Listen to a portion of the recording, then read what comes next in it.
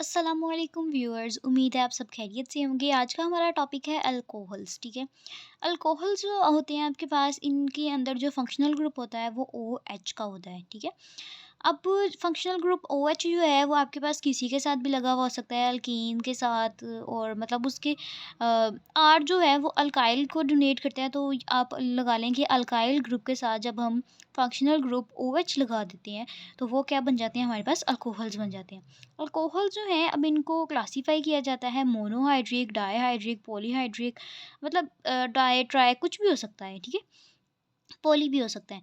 वो किस तरह से किया जाता है, इनको क्लासिफाई क्यों किया जाता है, क्योंकि इनके अंदर जो हाइड्रोक्सिल ग्रुप होता है ना, वो 1 हो सकता है, 2 हो सकता है, और 3 4 मतलब कई ज़्यादा हो सकते हैं। ठीक है। तो ये देखिए, मोनोहाइड्रिक अल्कोहल जो है वो आपके पास इन्होंने बनाई भी है यहाँ पे। ये कौन सी अल्कोहल बनाई है इन्होंने, ये इन्होंने यहाँ पे एथेनॉल बनाई हुई है। ठीक है। 2 कार्बन वाली, ये यहाँ पे CH3, CH2 और OH, ये इन्होंने एथेनॉल बनाई हुई है। ठीक है। मोनोहाइड्रिक अल्कोहल है। और डाईहाइड्रिक अल्कोहल में ये देखें, 2 कार्बन हैं, यहाँ पे 2 OH लगे हुए हैं, यहाँ पे देखें 3 OH लगे हुए हैं। ये ट्राईहाइड्रिक है। ठीक है। मतलब इसके अंदर हाइड्रोक्सिल ग्रुप की क्वांटिटी, मतलब उसके नंबर्स को लेकर हम लोग इसको क्लासीफाई कर सकते हैं। ठीक है।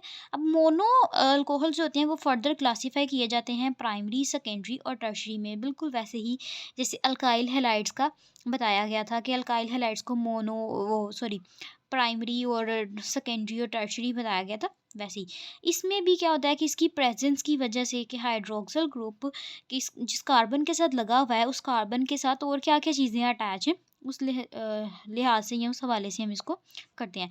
प्राइमरी अल्कोहल में वो कहते हैं कि hydroxyl group is attached directly to a carbon atom which has 2 hydrogen atoms attached to it. ठीक है। उन्होंने कहा है प्राइमरी अल्कोहल हम उसको कहते हैं जिसके हाइड्रोक्सिल ग्रुप जिस कार्बन के साथ लगा है ना, उसके साथ सिर्फ और सिर्फ 2 हाइड्रोजन्स डायरेक्टली अटैच होंगे। सेकेंडरी अल्कोहल वो उसको कहते हैं जहाँ पे हाइड्रोक्सिल ग्रुप उस कार्बन के साथ लगा होता है विच अटैच्ड 1 हाइड्रोजन टू इट। ठीक है। 1 हाइड्रोजन से मुराद है कि उसके कार्बन की वैलेंसी सेटिस्फाई करने के लिए वो दूसरे कार्बन के साथ लगा हुआ होगा या कोई किसी और के साथ बॉन्डिंग बना रहा होगा। अब जो टर्शरी है, टर्शरी में उन्होंने कहा hydroxyl group attach to the carbon which carry no hydrogen. ठीक है।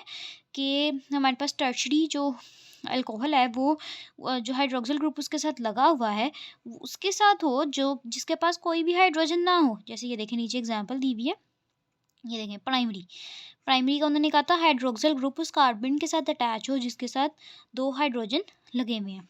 ठीक है। ये आपके पास प्राइमरी है। ये आपके पास सेकेंडरी है। सेकेंडरी में 1 हाइड्रोजन साथ में अटैच हुआ हुआ है।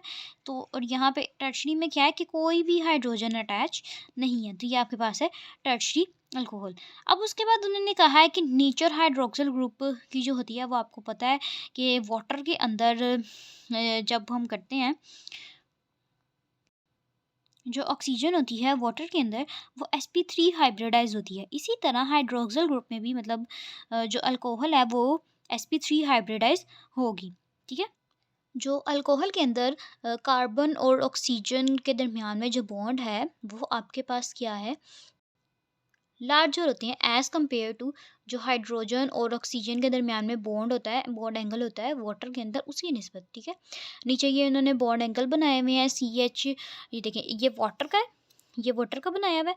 104.5 डिग्री जो है इनके दरमियान में होता है, और इनके दरमियान में 108.9 डिग्री है। ठीक है। तो जो बॉन्ड लेंथ है, मतलब जो बॉन्ड एंगल बना रही है, वो इसके अंदर आपके पास ज़्यादा होता है एज़ कम्पेयर टू वाटर। ठीक है। अब उन्होंने कहा है नोमेनक्लेचर ऑफ अल्कोहल्स क्या है। नोमेनक्लेचर ऑफ अल्कोहल में इनका इसका कॉमन नेम भी होता है, और उसके बाद नीचे जो है ना जिस तरह हमने पहले किया वो आयोपेक नेम, वो भी इसके होते हैं। ठीक है। अब देखें, ये आपके पास होते हैं मिथाइल अल्कोहल। ठीक है। ये मिथाइल ग्रुप लगा हुआ है और साथ में अल्कोहल है, ये आपके पास बन गया मिथाइल अल्कोहल। यहाँ पे इथाइल ग्रुप लगा हुआ है, ये इथाइल अल्कोहल, आइसोप्रोपाइल अल्कोहल, ये तो आगे इसके कॉमन नेम्स। ठीक है। अब उसके बाद इसके आयोपेक नेम की तरफ अगर हम आते हैं, ये नीचे इसके आयोपेक नेम दिए गए हैं। तो यहाँ पे इन्होंने कहा है कि सफिक्स लगेगा OL। ठीक है। ओल जो होता है वो इसका सफिक्स है। ठीक है। एंड पे लगेगा, और जो इसका नाम होता है वो इसका पहले लगेगा। ठीक है। तो अब इन्होंने क्या कहा है, ये देखिए, यहाँ पे इन्होंने लिखा है अल्कानोल, ठीक है? अल्कानोल क्यों लिखा है? अल्केन्स जो होते हैं आपके पास, उसमें आपके एंड पे आता है ई, ठीक है? वो वाला ई हटाकर इन्होंने यहाँ पे OL लगा दिया है, मतलब अल्कोहल लगा दिया है, ठीक है? तो ये आपके पास बन गया अल्कानोल, ठीक है? अब जैसे यहाँ पे इन्होंने लिखा है ब्यूटेन, अगर आप लिखते हो वर्ड ब्यूटेन, ठीक है? ब्यूटेन के एंड पे आप यहाँ पे OH लगा देते हो, तो ये आपके पास क्या बन जाता है? ब्यूटानल, ठीक है? 1 ब्यूटानल। अब 1 यहाँ पर क्यों लगा है? क्योंकि इन्होंने इसी तरह लॉन्गेस्ट चेन को सिलेक्ट किया है, कार्बन नंबर 1 के साथ आपके पास जो अल्कोहल का फंक्शनल ग्रुप है OH वो लगा हुआ है।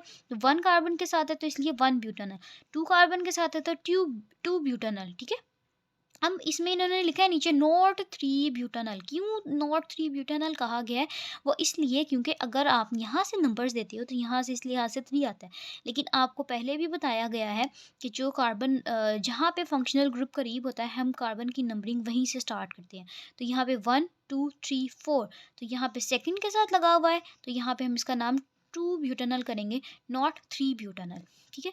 इसी तरह आपके पास ये अगर कोई और सब्स्टिट्यूट लग जाता है तो उसका नेमिंग कैसे होगा? अल्फ़ाबेटिक ऑर्डर में होगा, कि अल्फ़ाबेट्स में सी पहले आता है, तो ये देखें 2 क्लोरो, 1 प्रोपानॉल, 4 मिथाइल, 5 पेंटानॉल, ठीक है? ये आपके पास इस तरह से। और ये देखिए साइक्लोहेक्सानोल, ये आपके पास साइकिल बनी हुई है एक, ठीक है? हेक्सा जो है इसके अंदर है, ये 6 कार्बन वाली है, इसको हेक्सा कहा गया है, ठीक है? हेक्सानोल, ये साइक्लोहेक्सानोल है, ठीक है?